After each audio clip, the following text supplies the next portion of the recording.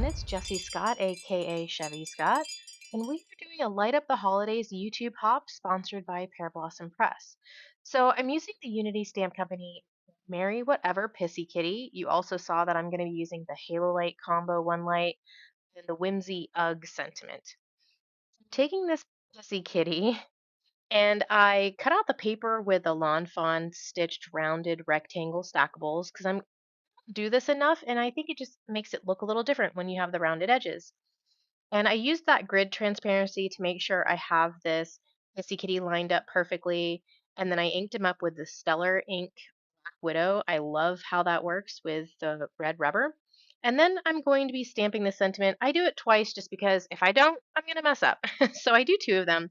And this says, I'm full of cheer on the inside. He is super grumpy.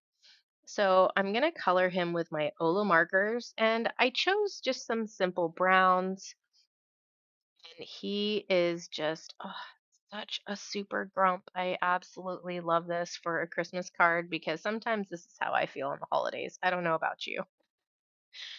So I'm just blending this out, giving him a little extra details. And then I'm going to come in with some green eyes because I love kitties with green eyes.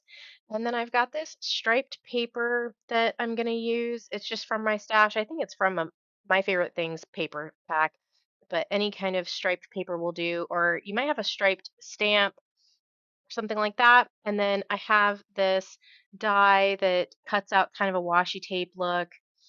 And then that plug, I decided I was gonna color it eventually here. I think, yep, this is when I do it.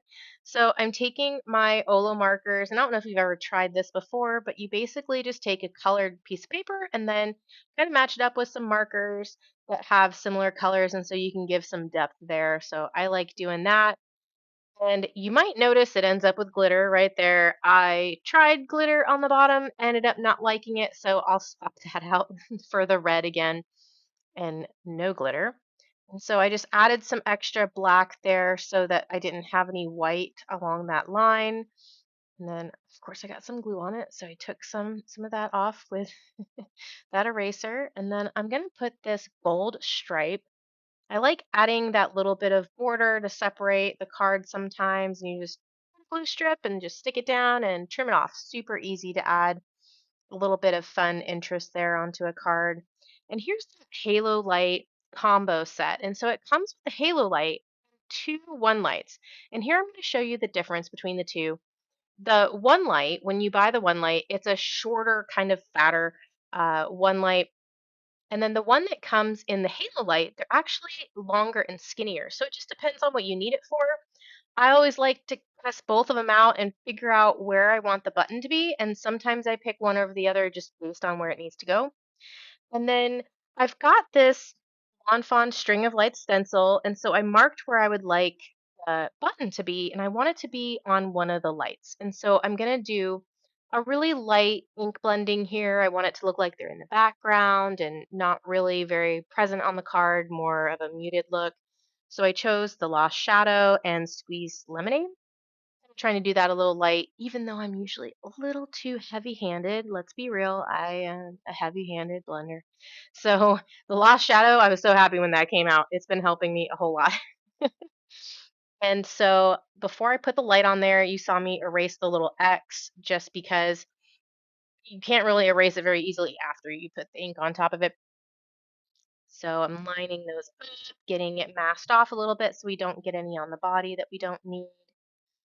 And this is just coming out super cute and exactly how I wanted with the lights in the background.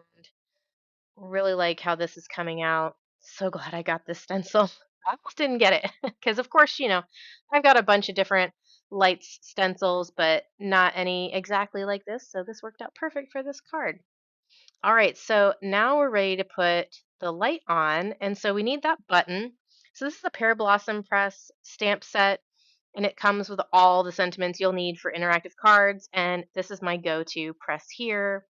So I just stamp that where it goes. And then I don't know if you realized what I was gonna do, but I'm lighting up his nose because he's got the antlers. He looks like a little Rudolph, and I feel like that kind of goes with that sentiment that he's festive on the inside or is full of cheer on the inside? It's because his nose glows. It comes from the inside. So I just poked a hole through the nose and it wasn't bigger than the gem, so I just put some glue around the edge and stuck it right on the front. Need to line it with any vellum or anything like that. And then I'm going to take this world's best foam tape from Pear Blossom Press and lining that all around the back. And because it's curved, I had to put a couple little extra little pieces, but easy to cut this foam tape. And then I also like to put a little bit of double-sided tape on the back of the light just to make sure it doesn't shift at all, even though I kind of sandwich it between the foam tape. And if you've ever had the Jennifer McGuire videos, she does this cool thing where she flips up the edges on the outside of that foam tape, and then you can line it up, and then when you're sure, you just pull the pieces out. And that's the way I like to do my stuff now every time. Even though this is repositionable for 24 hours, I like to do it that way to make sure it's lined up. We decided to stack the UGG and the sentiment, and it worked out great. And now I'm taking that Pear Blossom Press A2 T square that lets me line this up perfectly in the middle. Oh my goodness, look at this. I think he's super cute. Hope you enjoyed and you want to make your own. See you next time. And don't forget to visit the rest of the folks on the hop. There's lots of great inspiration.